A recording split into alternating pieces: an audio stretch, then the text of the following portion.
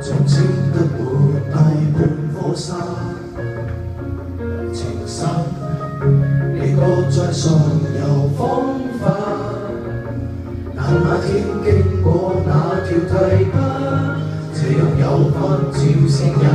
遇上一朵落花，相遇就似用盡最愛歸家，生活別過分地童話化，故事那只短過這5雨落下，沒有需要驚詫，流水很清楚釋化這個責任，真的身份不過送運，這趟旅行若說開心，已是無負這一生，水點蒸發變早花愛。